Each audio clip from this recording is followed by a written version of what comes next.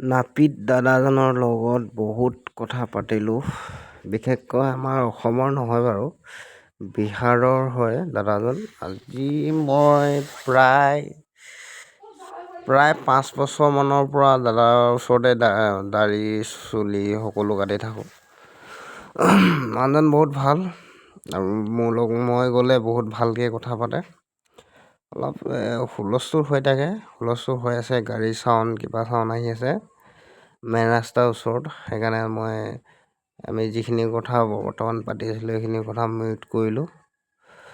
তাৰপিছত এনেকৈ চুলি কাটিলোঁ। ফাৰ্ষ্ট চুলি কাটি শ্বেভিং কৰিবৰ কাৰণে হেৰি লগাই আছে, শ্বেভিং হ'ব এতিয়া। হেল্ল' গাইজ, আপোনালোকে মোৰ চেনেলটো ছাবস্ক্ৰাইব কৰিব, লাইক কৰিব গাইজ, আৰু শ্বেয়াৰ কৰিব, যাতে মোৰ ইউটিউব চেনেলটো বহুত ডাউন মাৰিছে। আমাৰ জীৱনত এয়াই আৰু, যাকে লগ পালোঁ আপোনদৰে কথা পতা, য'তে গ'লোঁ আপোনদৰে মানুহৰ লগত কথা পতা বা খোৱা বোৱা তেনেকৈ কৰোঁ আমি।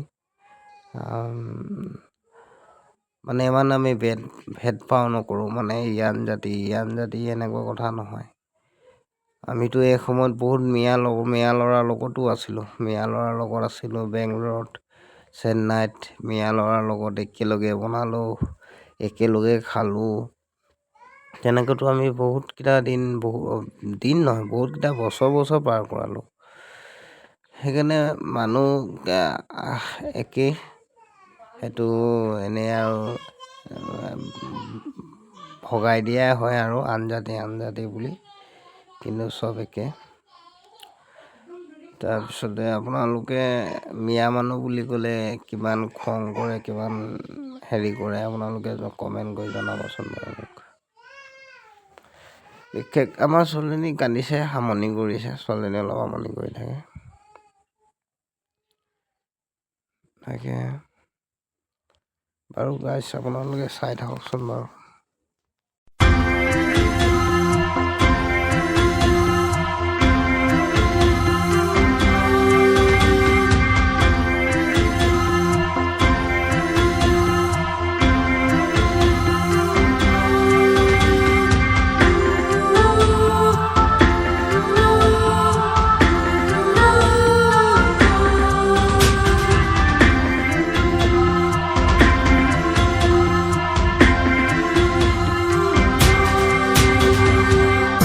সময়ো যেন থমকি ৰয়, ওলা চকু জুৰি উৰিছানে তুমি, ক'লা চকু জুৰি উৰিছানে তুমি। সময়ে যেন বিচাৰি ৰয়, লাজুকী হাঁহিৰে ওঠৰে কপনি, লাজুকী হাঁহিৰে ওঠৰে কপনি।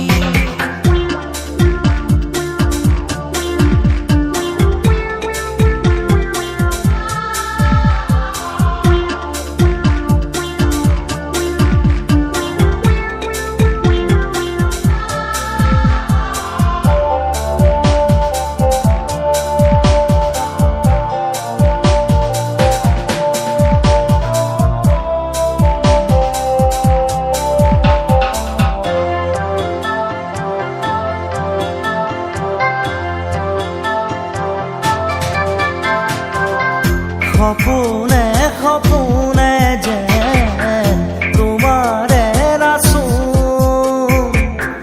জনমে জনমে যেন তুমি মোৰ আপোন। তোমাকেই সুঁৱৰি মোৰ আকাশৰে জোন, তোমাকেই সামৰি মোৰ হিয়াৰে দাপোন।